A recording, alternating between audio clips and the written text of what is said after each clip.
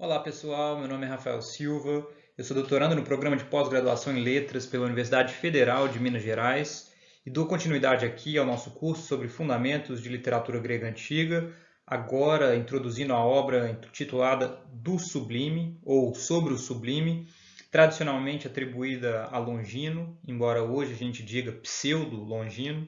Nós vamos falar sobre esses problemas de autoria logo mais, mas antes de entrar na exposição propriamente dita, já fica aqui uma espécie de alerta para todas as pessoas assistindo, que é: esse vídeo foi concebido dentro do quadro da nossa disciplina de Fundamentos de Literatura Grega, sobretudo para introduzir um assunto que é muito importante para a tradição literária posterior. Esse tratado tem uma larga entrada a partir do classicismo francês, mesmo um pouco antes, mas que vai até o romantismo, com tradições importantes, com diferentes diálogos que levam várias de suas ideias para a nossa concepção moderna de literatura, como eu vou ter a possibilidade de apontar eventualmente durante a apresentação. No entanto, eu gostaria de fazer uma ressalva com relação ao salto temporal que nós fazemos, mesmo com relação ao último vídeo, que já era relativamente distante do tempo que nós tratamos com mais cuidado, com mais atenção em termos de contextualização histórica, que foram os períodos arcaico e clássico. Na última apresentação nós tratamos de Calímaco, no âmbito da poesia helenística. Para esse período nós ainda temos algum material disponível na internet, com alguma segurança, mas para falar do Sublime eu procurei material e não encontrei. Então a minha ideia, inclusive, de fazer esse vídeo é para oferecer um primeiro material para quem venha buscar informações sobre a obra, e nessa exposição então nós vamos contextualizar um pouco o momento em que provavelmente do Sublime foi escrito. Vamos falar de algumas de suas características, entrando em certas formulações da obra. Mas, feitas essas ressalvas, então, que infelizmente eu não vou poder contextualizar tão bem o momento em que a obra foi escrita, quanto nós vínhamos fazendo, mas espero que seja proveitoso esse salto relativamente arriscado que nós fazemos aqui. Em termos de contextualização histórica, brevemente, é preciso ter em vista que, com relação àquilo que nós vimos para o período helenístico, esse novo período se caracteriza pela ascensão de Roma ao nível de potência e, eventualmente, de hegemonia no Mediterrâneo, como sugerem lá as histórias de Políbio, escritas no século II, antes de Cristo, e que narram, de alguma forma, como Roma, enquanto uma república ainda, detém o poder em suas guerras contra Cartago, sobretudo, mas depois, a partir de um movimento de anexação gradual de terras, também sobre a Grécia, outras regiões do Oriente, o norte da África, etc. Mesmo a Europa, rumo ao norte da Europa, e assim por diante. Há realmente um processo de expansão de Roma nesse período. O fato de que a Grécia cai sob domínio do Império Romano, num processo que teve momentos importantes na Batalha de Corinto, em 148 a.C., na anexação de Pérgamo, em 133 a.C., sem violência. Pérgamo é, de alguma forma, herdada, por assim dizer, ou doada a Roma. E na Batalha de Ácio, em 31 a.C., momento, então, em que Otaviano, sobrinho de Júlio César, consegue vencer Marco Antônio e Cleópatra, digamos, tropas rivais, um rival desejoso de, enfim, ocupar a hegemonia do poder romano, e se, de alguma forma, sobressai como o grande líder dentre os romanos, Otaviano, levando ao ponto seguinte, que é ao fim das guerras civis e o estabelecimento do Império Romano em 28 a.C., por Otaviano, sobrinho de Júlio César, então chamado Augusto. Ou seja, trata-se da ascensão de Otaviano ao trono, por assim dizer. Ele não se proclama imperador, ele é o primus inter pares, uma espécie de príncipe, digamos, o primeiro cidadão, mas em termos de política efetiva ele não é o primeiro imperador romano, do que vai se seguir como uma continuidade de imperadores a partir de então. Esse momento, não é, em que então Augusto se consagra é fundamental para a instituição daquilo que veio a ser chamado de Pax Romana, não é, que é uma duração estimada aí entre cerca de 28 a.C. e 180 depois de Cristo, ou seja, quase 2 séculos, não é, dessa pacificação dos territórios anexados por Roma, com o desenvolvimento gradual de sua infraestrutura. É preciso imaginar que nesse momento Roma já tem uma extensão bastante ampla territorial, há muitos povos diferentes sob seu domínio e é preciso criar algum tipo de estrutura de governo, algum tipo de estrutura de domínio, e isso é feito durante esse período, não é? Roma, enfim, mais ou menos para de expandir seus territórios por volta de 120, né, um pouco por volta desse período, 120 depois de Cristo, e a partir desse momento adota uma política mais defensiva, né? Então, nesse período há muitas batalhas e isso que a gente chama de Pax Romana não é uma paz efetiva, mas sim isso que a gente entende por um processo de pacificação. Obviamente, dentro do território romano, as sociedades já pacificadas desfrutam de alguma tranquilidade em termos de ameaças de violência, não é? Roma detém o poder de violência dentro de seus territórios e, obviamente, isso suscita algum florescimento econômico, a possibilidade de trocas. Nós testemunhamos, digamos, uma série de movimentos que dão a ver certo cosmopolitismo, não é? A ideia de uma espécie de civilização romana para muito além de Roma.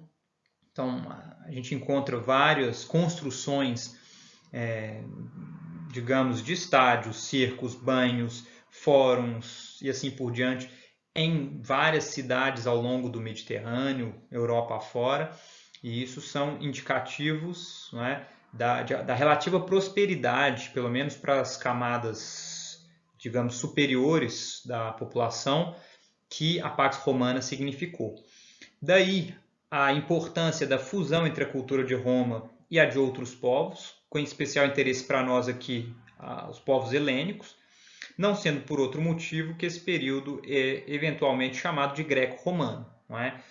Porque a influência romana, ou melhor dizendo, a influência grega sobre os romanos, já se fazia sentir desde muito antes, tá? Desde os, podemos considerar, primeiros contatos no século V ainda, no século IV, já deixam uma série de marcas sobre a sociedade romana, em termos de cerâmica, de produção poética, de produção arquitetônica, eventualmente nas instituições sociais e políticas.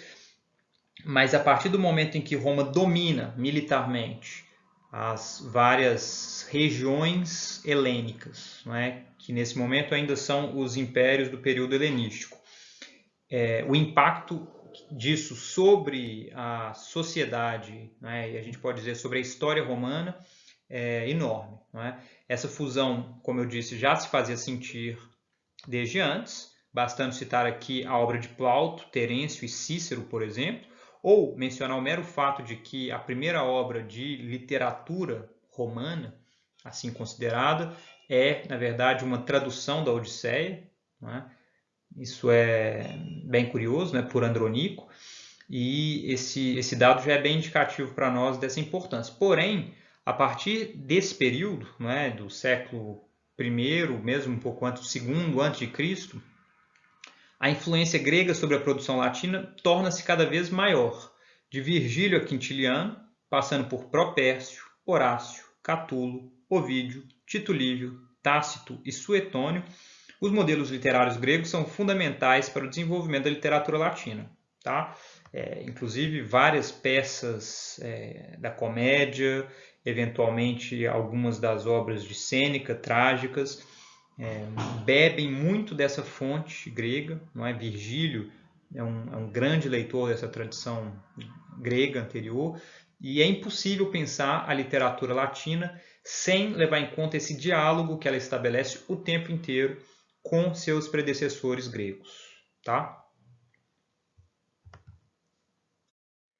Bem, eu trago aqui rapidamente esse mapa para que você tenha uma ideia da extensão a que chegou o Império Romano por volta de 117 depois de Cristo.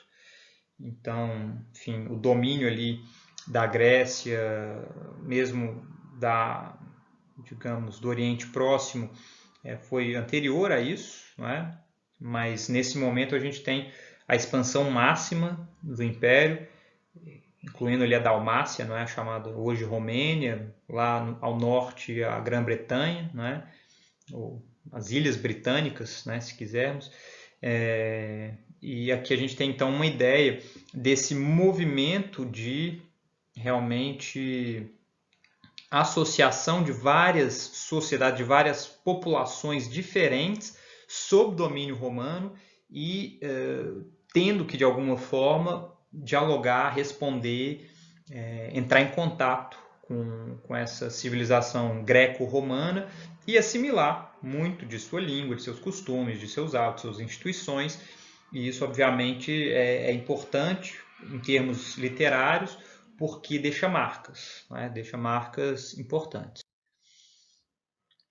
Antes de passar para a exposição do Tratado sobre o Sublime, eu gostaria de dar aqui algumas sugestões bibliográficas bem básicas para quem tem interesse em conhecer um pouco melhor sobre esse momento histórico à luz da questão literária ou da produção literária.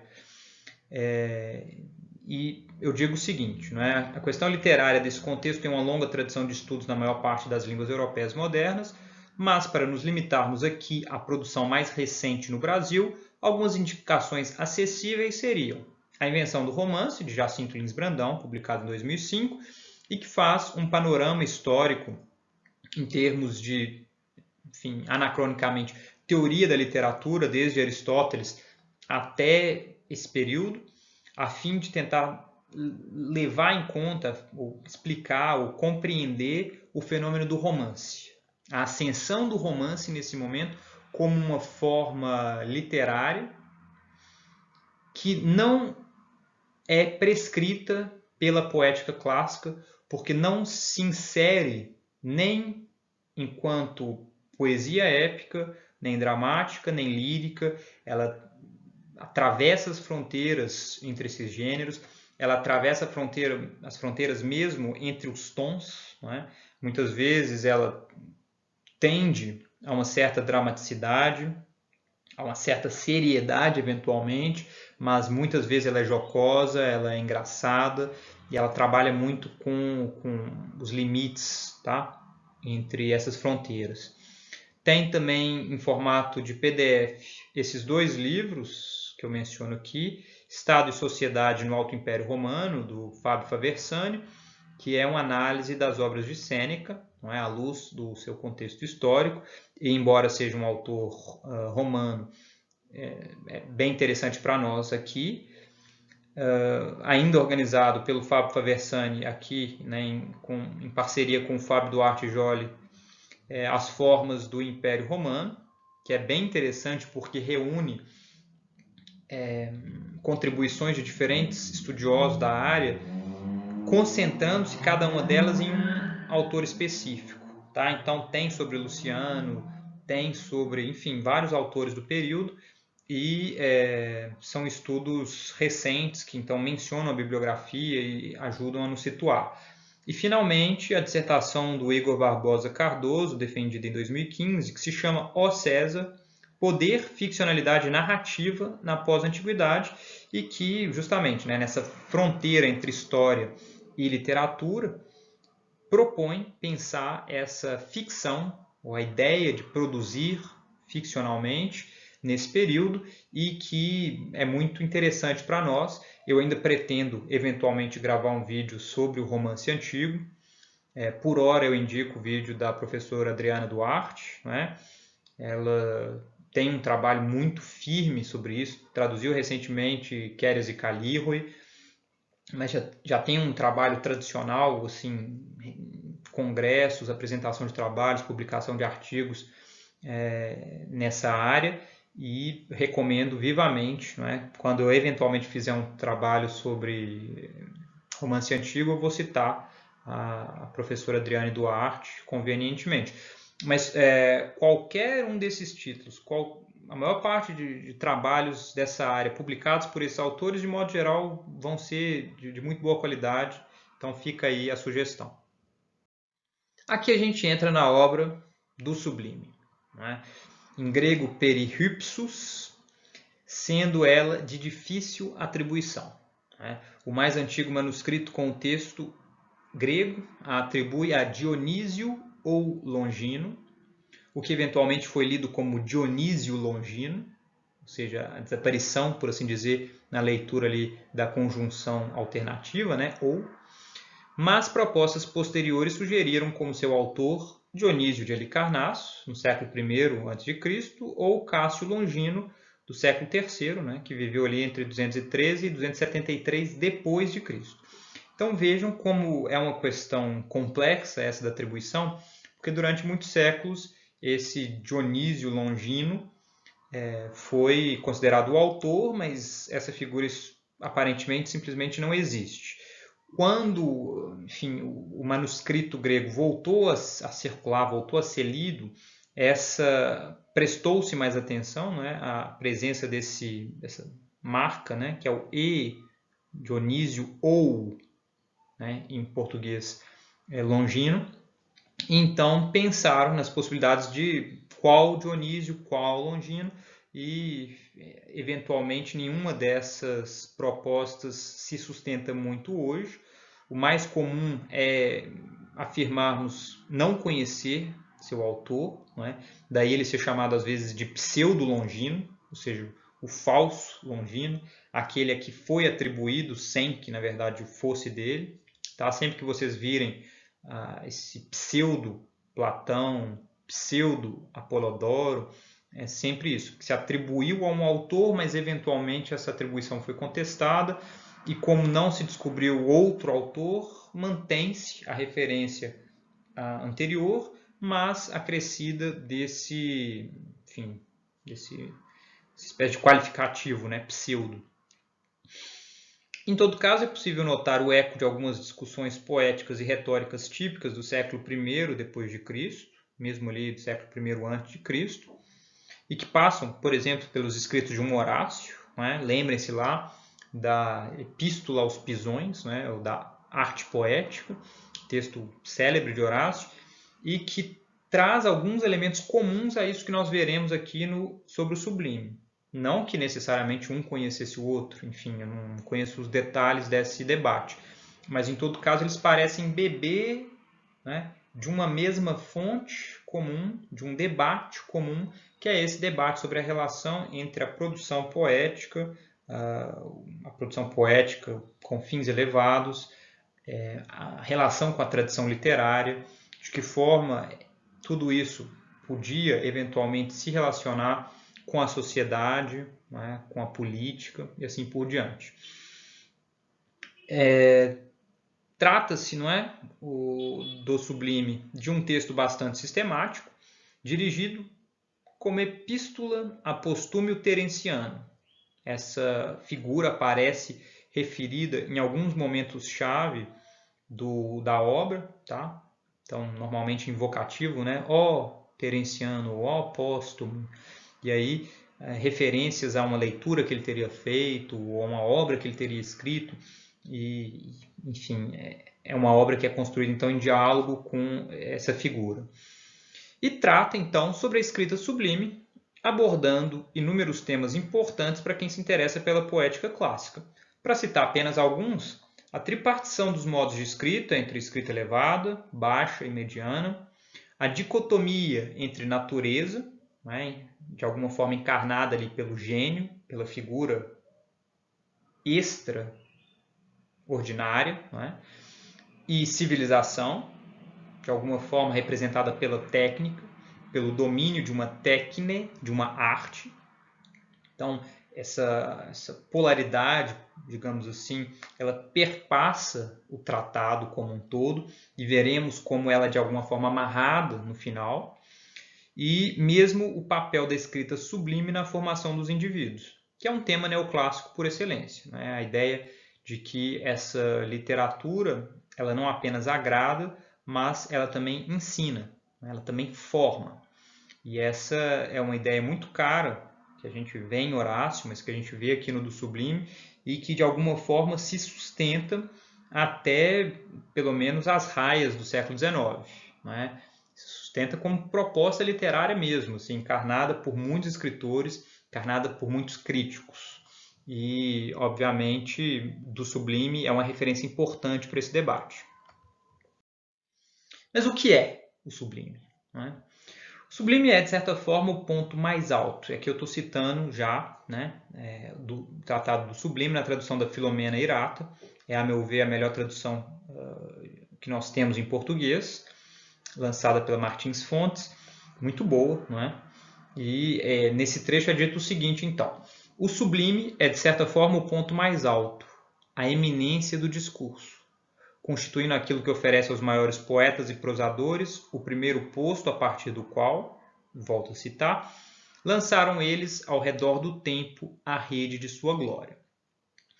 Então vejam como tem uma ideia, não é, de uma espécie de superioridade da alma, ou elevação da alma, e isso vai ficar cada vez mais claro com as próximas referências, mas que justamente é responsável por elevar os escritos de um indivíduo a um tal plano que ele se coloca para além da passagem do tempo, para além das contingências históricas, tá? E a manutenção da sua glória ao redor do tempo é justamente a indicação disso. A indicação de um autor e sua obra que se tornaram tão grandes que transcendem, de certa forma, as categorias espaço-temporais a partir das quais eles produziram. É um pressuposto ou uma hipótese neoclássica, né, a de que isso seja possível. Vejam lá, né, mais uma tentativa ali de falar do sublime. Não é a persuasão, mas ao êxtase que a natureza sublime conduz os ouvintes. Né? Aqui, na sua dimensão mais pragmática, né, o pensamento, a reflexão sobre o sublime é aquilo que consegue transportar o público para fora de si, que consegue fazer com que ele saia de si próprio e viva uma experiência estética muito maior do que a sua realidade permitiria. Né? Obviamente, vocês vão ouvir ecos de uma certa idealização do poder da arte, idealização do artista, e esse tratado trabalha nessa chave. Tá? Não é à toa que, por exemplo, Goethe era um grande admirador dessa obra. Tá? Figuras importantes, a gente pode dizer, do idealismo alemão leram e pensaram sobre essa obra. E aqui, de fato, que já se aproxima mais de uma definição, ele diz, em suma, eis a regra. É seguramente e verdadeiramente sublime o que agrada sempre e a todos. Né? Aí no parágrafo 7, não é? Enfim, ponto 4, ou seção 7, parágrafo 4, e aqui a gente encontra ecos até kantianos. Não é? Esse texto, sem dúvida alguma, conhecido e muito importante para as teorizações estéticas do Immanuel Kant. Mas vejam como aqui fica formulada a ideia de que, enfim, é possível alcançar um estatuto tão elevado em termos de sublime, né? Nessa ideia de algo que se eleva, que de fato transcende quaisquer categorias históricas na recepção da obra e ela se torna uma obra universal. Tá? Ou seja, sublime é a obra universalmente reconhecida como excelente, universalmente reconhecida como obra artística, tá? Por qualquer pessoa para quem ela fosse apresentada. Obviamente, eu não vou entrar aqui nas críticas possíveis, né, a esse tipo de proposta, uma vez que desde os estudos do próprio século XIX, mas enfim, no século XX, esse tipo de pressuposto universalista se torna bem questionável na medida em que ele muitas vezes digamos, ele pode ser denunciado como a imposição de um ponto de vista sobre os demais e a elevação desse único ponto de vista como universal em detrimento dos demais, numa lógica, na verdade, de violência.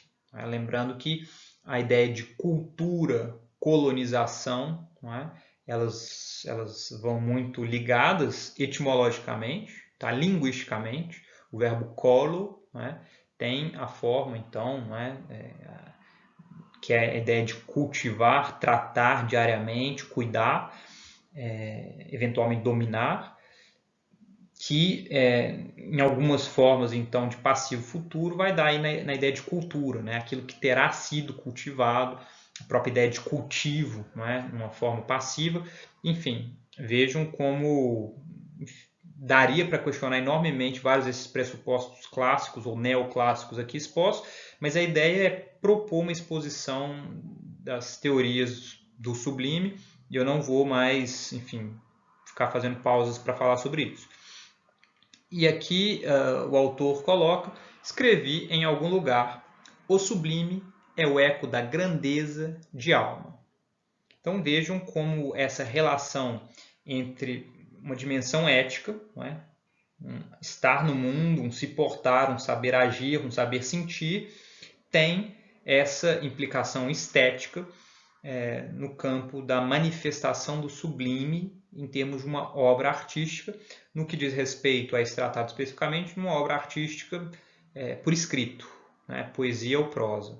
E os exemplos que ele dá desse eco da grandeza de alma são o silêncio de Ájax, no canto 11 da Odisseia, aquele momento em que Odisseu confronta Ájax, de alguma forma gostaria de reatar relações de filia ali com ele, mas ele é solenemente ignorado por Ájax, que se mantém, mesmo morto, mesmo após a vida, mantém a sua intransigência no trato com Odisseu como alguém inferior, alguém indigno, mesmo que ele estivesse vivo, enquanto Ájax morto, de receber a sua palavra.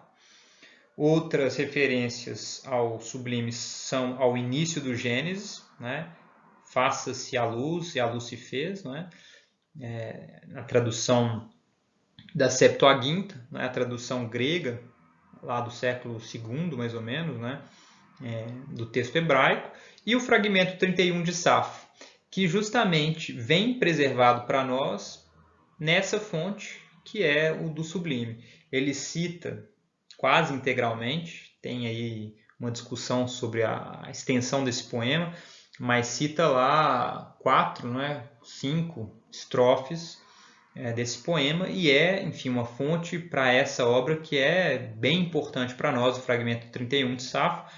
Eu já fiz um vídeo sobre ele anteriormente, o nosso vídeo sobre Safo trata do fragmento 31, eu tenho alguns trabalhos escritos sobre isso, e sou muito grato a Longino, enfim, ou a quem quer que tenha escrito esse tratado, por tê-lo citado aqui quase na íntegra. Melhor seria se tivesse sido na íntegra, mas enfim, talvez a obra já tivesse perdida no tempo em que ele faz essa citação, Então, obrigado aí ao responsável por transcrever essas palavras que chegaram até os dias de hoje. E aí uma pergunta, que o autor se coloca ao longo da obra e que pode inquietou várias mentes ao longo da história da literatura e que diz respeito à possibilidade de se ensinar o sublime. Porque é preciso levar em conta, essa obra, assim como, de alguma forma, a própria poética do Aristóteles, de alguma forma como a Epístola aos Pisões de Horácio, bem como as várias artes poéticas posteriores, do Renascimento em diante, elas têm uma dimensão de tentar descrever o fenômeno poético, mas ao mesmo tempo elas tentam se implicar no processo, oferecendo uma série de regras a partir das quais a boa poesia, a boa obra em prosa deveria ser escrita. E, enfim, então, nesse tratado há uma série de preceitos sobre como escrever bem. E é muito interessante. Enfim, obviamente eu não estou aqui defendendo a correção do ponto de vista adotado pelo autor desse tratado. Mas algumas das suas sugestões de formulação, de redação, elas de alguma forma são relativamente válidas, em alguma medida, até os dias de hoje. Eu diria até para boa escrita acadêmica. Ou seja, é possível tentar ler esse tratado em algumas de suas passagens para compreender dicas, de fato, que ele dá sobre a forma de se expressar, convincentemente, a forma de se expressar elevadamente, a fim de trazer o seu leitor junto de si, tá? Então, ele diz aí: a grandeza, abandonada a si mesma, sem ciência, privada de apoio e de lastro, corre os piores perigos, entregando-se ao único impulso e a uma ignorante audácia, pois se frequentemente precisa de aguilhão, precisa também de freio. Com isso ele está dizendo, o gênio é importante, a natureza, não é? Ser dotado para uma capacidade de imaginação, uma capacidade de sentir, enfim, de alguma forma simpatizar-se, né? Sentir junto de outras pessoas sentimentos elevados é fundamental, mas só isso não basta. É preciso treino. É preciso um professor que, de alguma forma, proponha as técnicas, professor esse que inclusive vai ser responsável por ditar o ritmo do aprendizado, às vezes usando o aguilhão, ou seja, não é, o chicote, para que a marcha seja mais rápida, às vezes usando o freio para evitar que, enfim, essa marcha seja desembestada. Obviamente são metáforas aí do adestramento animal, né? Que a gente, enfim, em todo caso, evita usar ou mesmo pensar hoje em dia, porque a educação é muito menos concebida como adestramento hoje do que como uma construção conjunta, mas vejam aí o tipo de mentalidade que muitas vezes vige ainda hoje, tá? Essa ideia de a educação como uma espécie de ensino de uma técnica, quase um adestramento mesmo, tá? Em todo caso, ele nos diz que é preciso cuidado para não se confundir o que é o estilo sublime com o estilo pomposo. E ele coloca uma série de regras a serem levadas em conta por quem queira aspirar ao sublime, sem, no entanto, cair no pomposo, no bombástico, naquilo que é um pouco ridículo, porque traz elementos pretensamente elevados para situações ou contextos onde isso não faz o menor sentido, onde isso simplesmente não se aplica. E segundo esse autor, a fonte de todos os defeitos, de uma boa parte dos efeitos no estilo, é a busca por novidades. E isso é, na verdade, o que motiva também os acertos do sublime. Tá? Não todos os defeitos, né? Mas assim, de boa parte dos defeitos, eles vêm quando um escritor resolve inovar, resolve se lançar numa série de inovações, transformações, mudanças daquilo que a tradição legou. Isso pode ser muito positivo quando bem feito, e muitos dos autores acerca dos quais nós nos lembramos, eles trabalham justamente inovando com relação às suas tradições, mas pode ser muito malfadado. Isso pode ter um fracasso total e ele reconhece essa ambivalência do tentar inovar. E logo na sequência ele diz: grande na realidade é aquilo que suporta um reexame frequente, mas contra o qual é difícil e mesmo impossível resistir, e que deixa uma lembrança forte e difícil de apagar. Então vejam, dentro daquela ideia de uma obra universalmente reconhecida como excelente, esse critério, né, de juízo, ele se torna importante, que é quão memorável é uma obra, não é? E essa memorabilidade, por assim dizer, essa memória deixada por grandes obras, é que seria, então, a característica distintiva de uma obra sublime por oposição a outras. enfim, um critério aí que nós podemos tentar pensar no nosso próprio repertório pessoal de leituras, se aplica ou não, tá? Tentem pensar aí nas 5 obras que vocês admiram, que vocês mais admiram, e vejam de que forma elas trabalham a tradição, de que forma elas inovam e por quais motivos elas deixaram essa marca indelével na memória de vocês. E num dos momentos estruturadores dessa obra é dito o seguinte sobre as 5 fontes do Sublime. E vejam, 2 delas são fontes naturais, são fontes próprias daquilo que já vem, de certa forma, com o indivíduo já nasce dotado delas. Mas as outras 3 são fontes técnicas, tá? São fontes que se aprende, né? Passíveis de serem ensinadas, passíveis de serem aprendidas. Dir-se-ia 5 fontes verdadeiramente capazes de produzir a grandeza do estilo, sendo previamente colocada como fundamento comum a essas 5 formas a aptidão à palavra, sem a qual não existe absolutamente nada. A primeira e a mais importante é a faculdade de lançar-se aos pensamentos elevados, natural, de cada indivíduo. A segunda é a paixão violenta e criadora de entusiasmo. Mais uma vez, essa possibilidade de sentir, né, de sentir o patos, de ser levado por ele, de se entusiasmar, é característica natural do indivíduo. Mas essas 2 primeiras fontes do sublime são, na maior parte, dons constitutivos naturais. Quanto às outras, elas passam também pela técnica. Palavra importante, né? A técnica, aquilo que se pode aprender. É, de início, a qualidade da fabricação das figuras. Elas são de 2 tipos, as figuras de pensamento e as figuras de palavras. Aqui, segundo. É preciso acrescentar a expressão de nobreza, da qual fazem parte, por sua vez, a escolha das palavras e a expressão figurada e fabricada. A quinta causa da grandeza, e que engloba todas as outras enumeradas antes, é a composição digna e elevada.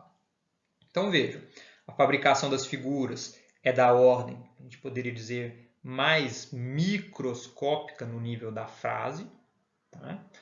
Enquanto a expressão de nobreza, né, que tem relação com a escolha das palavras, o emprego de expressões fabricadas e figuradas, ela pode ser também, né, do nível da palavra, mas já pode comportar a ideia de expressão, a ideia de um conjunto maior de palavras para a criação, não é, dessas expressões fabricadas, dessas expressões figuradas. Enquanto a quinta causa mencionada por ele é da ordem da composição global. Então, da forma como frases interconectadas geram um parágrafo, digamos, junção, a composição de parágrafos gera um texto mais amplo, e como é preciso levar em conta sempre esse todo no âmbito da construção da obra a partir dessas unidades menores, porque o sublime ele se constrói em diferentes frentes. Ele tem muito desse arrebatamento do sentimento, tá? Essa elevação em termos mesmo morais, mas para que isso possa ser construído é preciso que se dê também no nível das palavras, das frases, dos parágrafos, do texto como um todo. Então aí essa dimensão, digamos, sistemática do tratado fica muito clara. O cânone, segundo o Tratado do Sublime, ele, enfim, obviamente eu estou usando o cânone aí de forma relaxada, não é? Ele não chega a postular um cânone dessa forma, mas a julgar pela quantidade de menções e pela valorização ou pela valoração que se atribui a cada um dos autores que aparecem lá, Homero é, sem sombra de dúvidas, o mais sublime de todos os autores, chamado simplesmente de poeta. O poeta. O poeta é Homero, ele é a fonte que alimenta a maior parte dos rios mencionados pelo autor do tratado. Demóstenes, na retórica, é o que mais se destaca, Platão na filosofia. E ele vai logo mais explicitar que nenhum desses é isento de falhas, é isento de erros, mas todos são plenos de acertos. E, como vai ficar claro, o assumir riscos a fim de alcançar pontos mais altos é próprio dos autores sublimes, é próprio da escrita sublime. Que, sem dúvida, Platão, pois volto a ele, que corre como uma tal correnteza silenciosa, não seja em nada inferior por teres lido a República, tu o sabes bem e tu conheces seu estilo. Esse homem mostra-nos, se quisermos não ser negligente, que existe, além desses que já indicamos, ainda um outro caminho que leva ao sublime. Qual é sua qualidade, sua natureza? É a imitação dos grandes escritores e poetas do passado e com eles o espírito de emulação. Assim, da grandeza da natureza dos antigos para as almas de seus êmulos, como de aberturas sagradas, sobem os eflúvios. Penetrados por seu sopro, mesmo os menos capazes se entusiasmam ao mesmo tempo sob o efeito da grandeza dos outros. Foi Heródoto o único a tornar-se o mais homérico? Estesícoro antes dele, Arquíloco, e mais que todos, Platão, que dessa fonte homérica fez derivar para si milhares de riachos. Aí, mais uma vez empregada essa bela imagem, não é, da tradição poética como um rio ou uma série de rios que se abastecem, se encontram, se dividem. Homero é reconhecido como o grande rio dessa tradição, responsável por abastecer a maior parte dos outros riachos. E vejam como é curioso, não é? Platão, o autor da República, obra que é mencionada aqui no início dessa passagem, e que lá, justamente, na figura, não é, representada por Sócrates, expulsa Homero no final do livro, no final do livro, né, no início do livro 10 da República, expulsa Homero, não é, do convívio na polis, sob a acusação de que a poesia seria perniciosa para o exercício, digamos, da cidadania no âmbito da polis ali imaginado. Seria perniciosa em vários níveis, epistemológico, psicológico, sociológico, dentre outros. Aqui, o autor desse tratado reconhece em Platão o mais homérico dos escritores da tradição grega antiga. Esse é um movimento sensacional porque indica que na recusa de Platão, na própria recusa, haveria algo de seu predecessor. Tá? E, obviamente, a emulação a qual o autor faz alusão aqui, essa busca por imitar, mas imitar superando, imitar competindo contra, a fim de fazer melhor do que aquela pessoa já fizera antes, aquela obra já tinha sido antes, ela vai se constituir num dos princípios básicos da produção literária clássica. A gente pode dizer, sem dúvida, aí, até o romantismo. Não é? A ideia de inovação como um valor positivo em si, ela é muito característica do romantismo e de movimentos posteriores, como o modernismo, mas dentro, digamos, de uma lógica clássica, obviamente se inova. Inova-se sempre. Mas a inovação não é em si um valor positivo. O valor positivo, atribuído de forma mais explícita, é aquilo que é mantido, aquilo que é conservado. Tá? Então, há muito, né, nesse trecho que valeria a pena ser dito. Eu vou tentar me restringir, de ser o mais sucinto possível, mas essa referência a Heródoto, tá? Enfim, a referência a toda a tradição grega, como remontando a Homero, ela é, de alguma forma, uma justificativa interessante para a gente pensar como esse curso sobre fundamentos de literatura grega antiga foi pensado. Não é? Desde a tradição examétrica arcaica, enfim, na qual Homero ocupa um lugar de destaque, até essas obras posteriores, tá? Sobre o sublime, na sequência ainda Luciano, onde a presença de Homero ainda é muito forte. Tá? E aí vejam, fica configurada a ideia da literatura como uma espécie de arena, né? Nessa passagem que eu mencionei ali, é como se Platão tivesse almejado o lugar de Homero. É como se ele tivesse tentado tomar o lugar ocupado por Homero. E vocês se lembram, né? Nas nossas exposições sobre a obra de Platão, eu já sugeri algo nesse sentido. Lá, obviamente, como nós estávamos levando em conta questões também históricas do período, Platão não tenta superar Homero, mas tenta superar o que significa Homero para aquela sociedade. Ele tenta superar os rapisodos, ele tenta superar os sofistas, não é? Aqueles que trabalhavam, que se apoiavam em Homero para propor formas de conhecimento do mundo.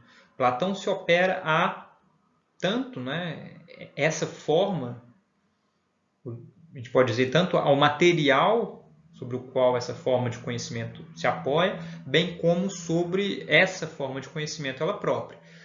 Então, entendam aí essa ideia, não é, da literatura como uma arena, participação que Platão ocupou nela, e da perspectiva adotada nesse Tratado do Sublime, fica sugerido, inclusive, que a literatura seria, então, uma arena, ou se quiserem, a expressão por escrito, em poesia ou em prosa, seria uma arena que transcenderia as contingências espaço-temporais e que, de alguma forma, faria com que qualquer pretenso escritor, qualquer pretensa escritora tivesse que competir com figuras da estatura de um Homero, da estatura de um Platão, da estatura de uma Safo, de igual para igual, porque não há justamente essas mediações históricas, essas mediações contextuais. As obras são lidas em si mesmas,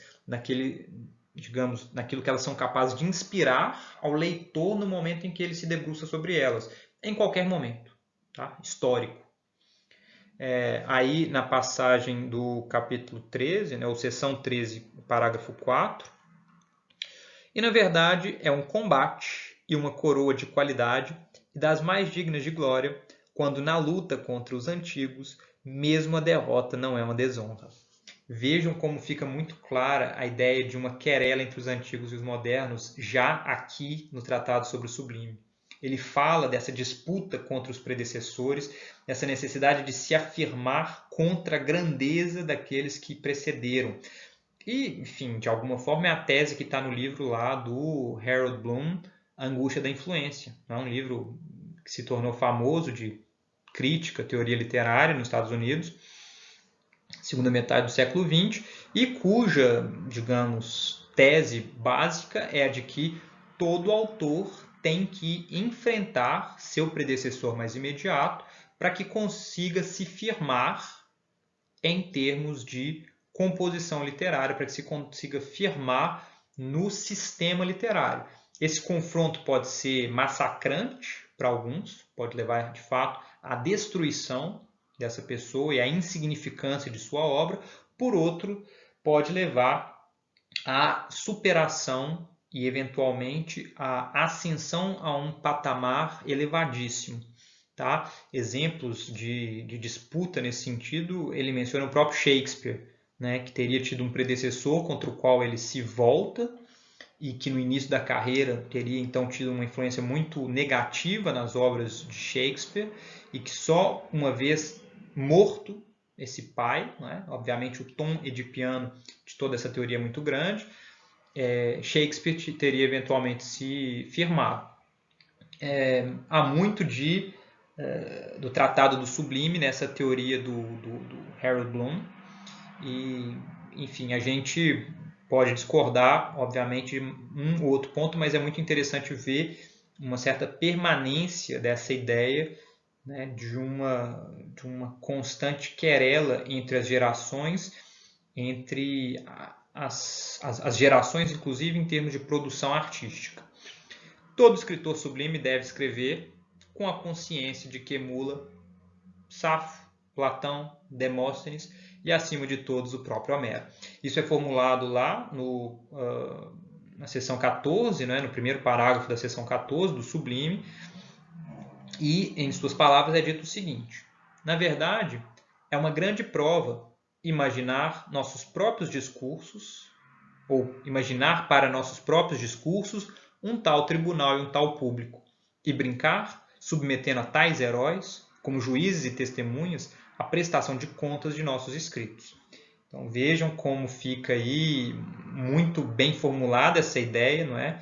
De um juízo, ou melhor, um julgamento universal, totalmente alheio às circunstâncias de tempo e espaço, em que os juízes seriam os maiores representantes dessa obra, enfim, desse tipo de expressão artística, a poesia, a oratória, enfim, as mais diversas expressões artísticas, em que, no momento de escrever ou mesmo de publicar algo, o autor, a autora, deveria pesar. Isso que eu proponho publicar é da altura de Safo, é da altura de Demóstenes, é da altura de Homero? Obviamente, nós escrevendo ou pensando em 2020, teríamos que acrescentar aí uma carreira enorme de nomes dentro dos mais diversos gêneros literários, gêneros de produção artística, se quiséssemos levar essa teoria neoclássica para nossas vidas, para as nossas produções. Ela, obviamente, é uma teoria muito asfixiante. Né? A ideia da angústia da influência. A palavra angústia aí não é à toa, anxiety, porque é isso. Né? Pensar que no momento de publicar algo, se compete nesse tribunal universal é muito angustiante, porque dificilmente nós chegaremos à conclusão de que algo que nós escrevemos valeria a pena ser lido à luz de tudo o que já foi escrito antes. Porque tudo, mesmo para as pessoas que quiserem então evitar essas referências canônicas, tudo inclui Toni Morrison, tá? Tudo inclui Clarice Lispector, tudo inclui, e por aí vai. A gente pode ir acrescentando nossas autoras, nossos autores de predileção e imaginar que nós escrevemos algo e que esse algo deveria ser lido e aprovado por essas pessoas antes de ser dado à luz, é de fato muito angustiante. Bem, outros temas abordados pelo tratado incluem a força das figuras no discurso, que é capaz de atrair o público para o alto. Não é? Lembre-se sempre que essa ideia de sublime é uma metáfora, ela é uma metáfora muitas vezes física, né? Então essa noção de uma transposição para o alto, uma passagem para as alturas, e dentre as figuras com força para promover esse êxtase no público, né? Essa dimensão pragmática da obra ela é sempre muito importante, ela sempre leva em conta o efeito de sublime no público, incluem interpelações, né? Então vejam a passagem para a segunda pessoa, interpelação direta ao público, as perguntas retóricas, as mudanças de sujeito da frase, de forma meio abrupta, para justamente chamar a atenção, causar um certo estranhamento, o uso dos assíndetos, né? Ou seja, da concatenação de termos sem um elemento de ligação explícito, os hipérbatos, tá? Que consistem ali justamente nessa forma como a ordem natural da frase ela é invertida, se começa pelo objeto, passa-se ao verbo e depois ao sujeito, ou promove-se algum tipo de mudança na ordem esperada da frase para promover um choque, um espanto, um estranhamento, e aí atirar a atenção do público, chamar a atenção do público. Silepses, que geram também estranhamento, quando a gente fala, sei lá, o povo deveriam tomar as rédeas do poder, né? Povo deveriam, porque a ideia de povo ela é plural, né? Ela envolve muitas pessoas. Perífrases poéticas, metáforas, lugares comuns. Vejam como essas ideias elas fazem pensar em algumas reflexões lá do formalismo russo sobre a ideia de estranhamento, como afim à possibilidade de pensar uma literariedade interna ao texto, não é? Então aí também sugeridas pelo do Sublime. Contrariando Platão, o Tratado do Sublime recomenda o uso refletido do discurso direto no apelo ao público. Tá? Lembre-se lá, na República, Platão, ou melhor dizendo, né, Sócrates, personagem de Platão, condenava o uso do discurso direto porque ele justamente atraía demais, provocava demais o patos no público, e ele recomendava que para o cultivo de um público mais autocentrado, mais capaz de autocontrole, o uso das formas indiretas, não é, do discurso eram mais recomendáveis. Há, em todo caso, o risco de que essas figuras tornem o público desconfiado do próprio discurso. Por isso, sendo recomendável camuflá-las sob uma camada de pathos, né, de paixão, uma camada de sentimento que camufle a artificialidade dos recursos ali empregados. Porque, vejam, todos esses recursos são da ordem da técnica, eles são passíveis de serem aprendidos. Mas para que o seu uso exagerado, ou o seu uso às vezes indevido, o seu uso às vezes arriscado, não desperte o público para a artificialidade desses recursos e, portanto, né, o afaste e, portanto, o coloque de certa forma precavido contra o discurso, o autor do tratado recomenda o uso do sentimento, o uso de uma criação ali, de um pathos, a fim de que, movido ou comovido pela passagem, as suas possíveis artificialidades não sejam notadas pelo público. A utilização das figuras, como tudo que embeleza o discurso, leva a ultrapassar a medida, o que já é uma evidência, mesmo se não fala. Pois a esse propósito Platão, sobretudo, é criticado, ele que muitas vezes, como sob efeito báquico dos discursos, deixa-se levar por metáforas puras e rudes e por uma ênfase alegórica. Muito interessante ver aqui Platão destacado pelo autor do tratado como dotado de um estilo, às vezes, condenável pelos excessos, pela embriaguez, tá? Porque o que ele está dizendo aqui é isso, é que às vezes Platão se deixa levar demais pelo pathos, pelos sentimentos, e sua escrita, que deveria ser um pouco mais contida, ela se derrama, né? E isso é muito interessante à luz, sobretudo, da crítica platônica aos poetas e à poesia de modo geral, como excessivamente entusiasmadas, não é? Excessivamente irracionais, sentimentais. Porque aqui a acusação se volta contra ele mesmo, e ao que tudo indica, havia ali um consenso entre escritores ou pensadores da retórica, Dionísio de Halicarnasso e outros, tá? Que pensavam essa questão do estilo, e tinham, sim, uma série de observações críticas ao estilo de Platão. Qual o escritor mais sublime?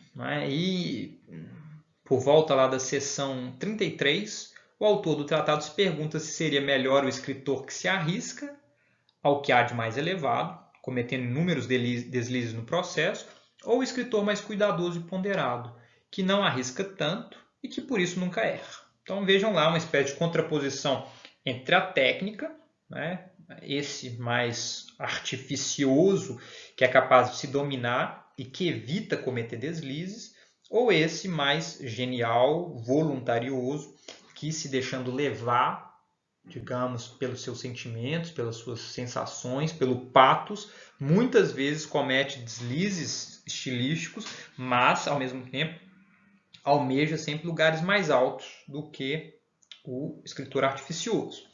E ele vai dizer: quanto a mim, sei que as naturezas superiores são as menos isentas de defeito. Ou seja, ele reconhece o problema. Pois a vigilância minuciosa em tudo faz correr o risco da pequenez. E na grandeza, como na excessiva riqueza, é preciso que subsista também um pouco de negligência. Há aqui, obviamente, um traço de admiração por parte dele, né? Essa negligência do rico, o rico que pode um pouco queimar dinheiro, que não faz diferença, comparado ali à grandeza negligente, né, do autor voluntarioso, do autor sentimental. Homero é superior a Apolônio de Rhodes e a Teócrito, na perspectiva adotada pelo autor do tratado. Arquíloco superior a Eratóstenes. Píndaro, superior a Baquílides. Sófocles, a Íon de Quios. Demóstenes é superior a Hipérides. Vejam, ele traça essa série de comparações, não é? Sempre colocando esse escritor mais genial, esse poeta mais genial. Lembrem-se que Homero só é visto, né, como o nome dado a essa tradição de poesia oral, né, muito posteriormente. Né? Nesse período, durante toda a antiguidade, Homero é tratado como um sujeito, como uma pessoa que escreveu poesia, e aí ele é comparado a Apolônio de Rhodes e a Teócrito, ambos autores do período helenístico que, como nós vimos, são escritores muito atentos à formulação dos detalhes. São escritores capazes de fazer com que ecos de uma frase do início do poema se reproduza 1000 versos depois. Tá? Então, eles, como diz o autor, não cometem deslizes métricos, não cometem deslizes em termos de figura, são muito atentos, mas não se comparam com Homero. Homero, mais descuidado, mais negligente, é superior a eles. O mesmo se aplicando ali a Arquíloco e Eratóstenes, a Píndaro, a Sófocles e a Demóstenes no campo da retórica. Né? Vejam como ele escolhe, né, diferentes campos, digamos, dos gêneros literários. Homero, comparado a Apolônio e Teócrito no âmbito de uma certa épica, ou de uma expressão em versos hexamétricos. Tá? Arquíloco, comparado a Eratóstenes, eu imagino em alguma forma de tradição jâmbica, tá? Talvez elegíaca, mas eu acho que jâmbica. Píndaro como superior a Baquílides na tradição mélica, Sófocles superior a Íon na tradição trágica, Demóstenes superior a Hipérides na tradição retórica. E ele fala o seguinte sobre a defesa de um cânone sublime. O que se deve acrescentar a isso? Que cada um desses homens ilustres compra todos os seus erros, muitas vezes, com um único acerto perfeito do sublime, e que, e é o ponto mais importante, se colhessem as falhas de Homero, Demóstenes, Platão e todos os outros grandes, todas juntas, elas representariam magra colheita. Eu diria mesmo uma parte muito pequena das obras perfeitas desses famosos heróis. Por isso, toda a posteridade e a experiência humana, que não poderiam ser convencidas a delirar de inveja, deram-lhe prêmio da vitória e até agora elas o preservam irrevogável e, segundo toda verossimilhança, continuarão a preservá-lo enquanto a água correr e as árvores altas verdejarem. Então, vejam como o autor tende às formas de expressão mais geniais, mais engenhosas, no sentido de uma levada por parte do autor e da própria obra à expressão de sentimentos sublimes em detrimento de uma contenção muito técnica, uma expressão muito técnica do assunto. Mas ele não abre mão dessa dimensão técnica, porque, afinal de contas, ele está escrevendo um tratado sobre o sublime. Né? Se ele, de alguma forma, fosse da opinião de que a dimensão técnica não vale absolutamente nada, ele não teria toda aquela reflexão sobre as figuras, aquela reflexão sobre a composição e assim por diante. Ele reconhece a importância dessa dimensão, mas ele diz, essa dimensão por si só não é o bastante. É preciso um jogo em que o pathos se dê a ver por meio dessas figuras. E há uma passagem mais para o final da obra em que o autor diz o seguinte, e aqui eu faço uma reflexão, né? Eu reconheço de cara minha ignorância sobre o assunto, não sei se trata de fato de um ataque a Calímaco, em todo caso, me parece configurar um ataque à tradição helenística ou à tradição calimaquiana de poética, digamos, detalhada, pequena, atenta ao detalhe, por oposição a essa outra tradição mais grandiloquente, mais derramada, mais verborrágica, porque ele diz o seguinte, vejam lá. Mas aquele que escreve que o colosso defeituoso não é superior ao doríforo de Policleto, pode-se retorquir, entre muitos argumentos, que na arte é a extrema minúcia que se admira, mas nas obras da natureza é o grande. E o homem é feito por natureza para os discursos. Nas estátuas, procura-se a semelhança com o homem e nos discursos, como já disse, o que ultrapassa o humano. Convém, no entanto, e essa observação nos faz voltar ao princípio do nosso tratado, já que a ausência de falhas constitui o mais frequentemente a perfeição da arte, enquanto a superioridade, embora não possa manter-se na mesma intensidade, depende da grande natureza, convém que em toda parte a arte preste socorro à natureza, pois a aliança das duas poderia talvez realizar a perfeição. Essa passagem ela é muito importante porque ela sintetiza de forma, a meu ver, brilhante o tratado e nos dá uma ideia de que tipo de proposta é a do autor. Ele se contrapõe, não é, à crítica feita, digamos, por quem quer que tenha dito isso, que o Colosso Defeituoso era inferior ao Doríforo de Policleto, não é? Uma realização em estátua muito menor, mas muito mais bem acabada. E ele diz, em termos de estatuária, essa proposição tem razão, porque em termos de expressão plástica, o que comanda é algo, né, da ordem da técnica humana. É a semelhança, né, a capacidade de atingir de alguma forma a semelhança, a gente poderia dizer um certo realismo. Porém, naquilo que são obras da natureza, obras de gênio, é preciso levar em conta não a realização técnica pura e simplesmente, mas a que forma de natureza aquilo aspira e a partir de que forma de natureza aquilo é constituído. E na perspectiva adotada pelo autor, a literatura, né, a expressão por escrito em poemas e em prosa, em discursos, ela seria da ordem da natureza humana. E nesse sentido, o predomínio da técnica seria nocivo à natureza, né? À genialidade, e, como ele sugere no final, é preciso, antes de tudo, haver uma junção, uma colaboração entre uma natureza genial potencializada por um domínio pleno da técnica, para que aí sim sejam realizadas obras de perfeição. Tá? E assim fica sugerida essa síntese entre natureza e técnica à luz do que é proposto pelo autor. E o fim do tratado tem uma parte muito curiosa, de alguns poucos parágrafos, em que o autor se dedica a tentar compreender, de alguma forma, o porquê de tão poucas pessoas serem dadas ao sublime no tempo em que ele escreve.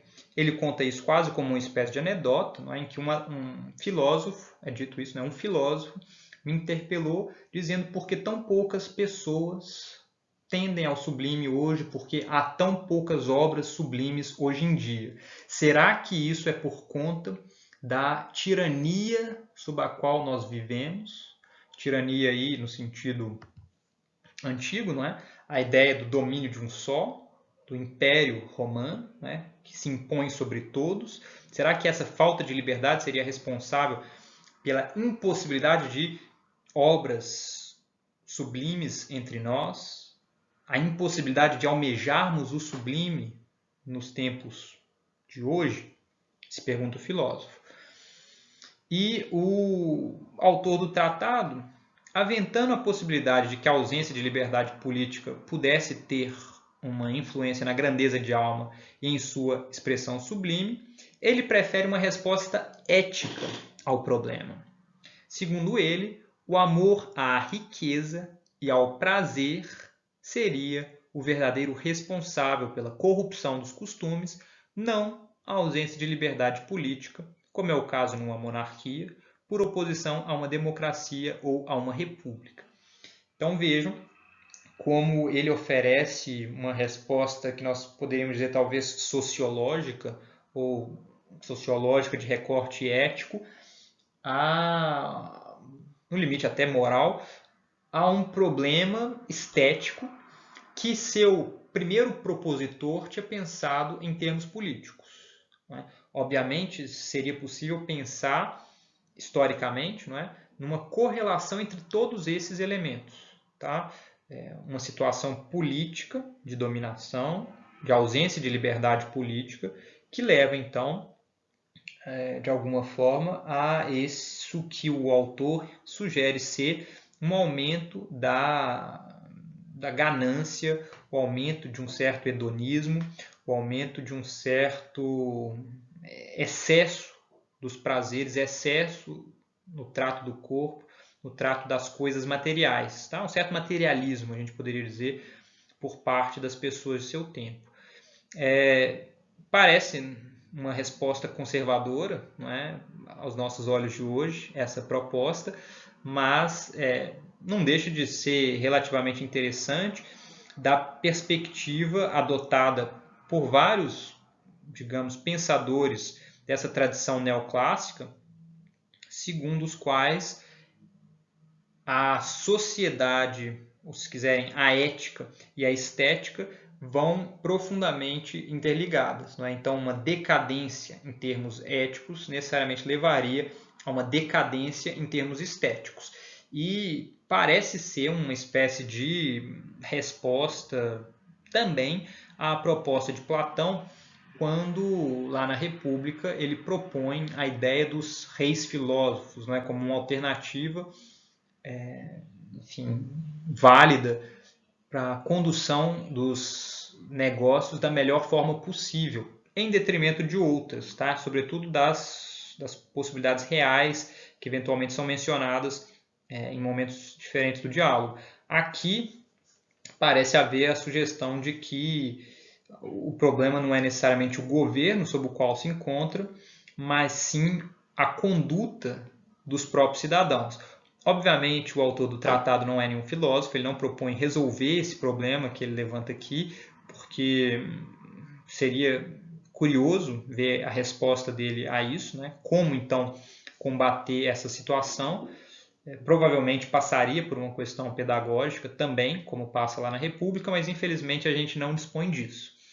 E eu encerro a exposição com essa referência aqui, não é? Uma última menção à obra, quando o autor diz: em resumo, dizia eu, o que esgota as naturezas engendradas atualmente é a indiferença, na qual, exceção feita a um pequeno número, passamos toda a nossa vida, sem fazer nenhum esforço, sem nada empreender que não seja pelo louvor e pelo prazer, mas jamais por uma utilidade digna de emulação e estima.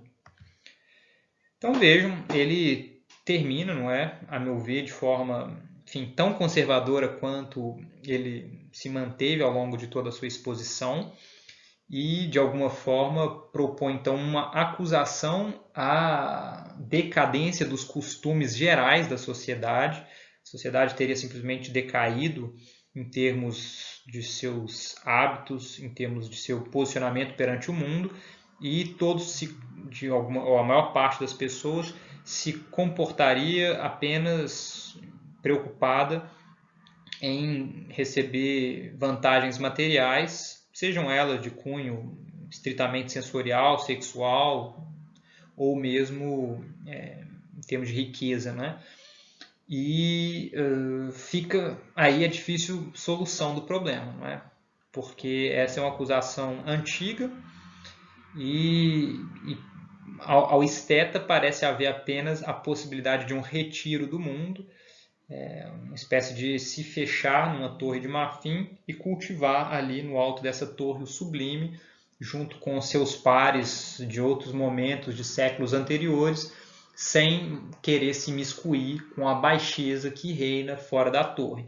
Obviamente eu não concordo com esse posicionamento, né? Eu acho que um posicionamento mais engajado, tanto do artista quanto dos pensadores sobre a arte, com os problemas de seu tempo, a fim de tentar transformá-los, é fundamental. Mas reconheço que essa foi uma tradição importante ao longo de boa parte da nossa história e que muitas pessoas defendem ainda hoje, tá? Vai ser possível, eventualmente, vocês encontrarem professores ou colegas que compartilhem dessa ideia e que pode ter sua razão de ser, tá? Essa ideia de uma retirada desse mundo, como já, enfim, definitivamente corrompido e perdido, é uma alternativa que algumas pessoas encontram para conseguir justamente levar suas existências da forma que lhes parece a melhor possível, tá? E, enfim, é possível tentar dialogar com todas essas perspectivas a fim de propor, enfim, reflexões que sejam pertinentes para diferentes pessoas. Então, se alguém se identificou com isso, por favor, leia lá com muita atenção o Tratado do Sublime. Vocês vão encontrar substrato muito legal para fundamentarem suas ideias, para fundamentarem uma série de posicionamentos. Quem não gostou e discorda, vá lá e leia também, porque a partir da leitura vocês vão conhecer os argumentos dessa posição adversária e vão saber rebatê-los, refutá-los, né, ou, enfim, articulá-los de uma forma diferente, como convier melhor para cada pessoa. Enfim, então muito obrigado, era isso que eu queria dizer. Aqui a bibliografia. Na semana que vem a gente tem a exposição sobre Luciano de Samosata e assim fica praticamente encerrado o nosso curso de Fundamento de Literatura Grega Antiga. Tá? Vocês veem que a bibliografia aqui é bem mais magrinha, não é? Eu me apoiei praticamente só no Tratado do Sublime, obviamente nas notas, em textos, em traduções para outras línguas que eu não citei aqui, mas, enfim, que entraram de alguma forma na interpretação. No mais, um forte abraço e até a próxima.